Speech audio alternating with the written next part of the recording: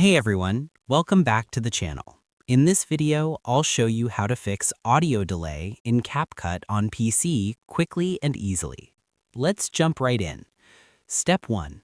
Update Capcut for PC. First, open Capcut on your computer and make sure it's updated to the latest version. Audio delay issues are often caused by bugs in older versions. Step 2. Match the frame rate. Open your project and click Settings. Make sure the frame rate matches your video, such as 30 or 60 FPS.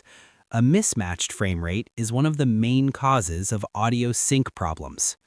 Step 3. Clear cache. Go to Capcut Settings, then click Clear Cache. This removes temporary files that can cause lag and audio delay on PC. Step 4. Check Export Settings. Before exporting, select a stable resolution and frame rate. Avoid changing these settings too often, as that can create audio delay after export. And that's how you fix Capcut. If this video helped, like and subscribe for more editing tutorials.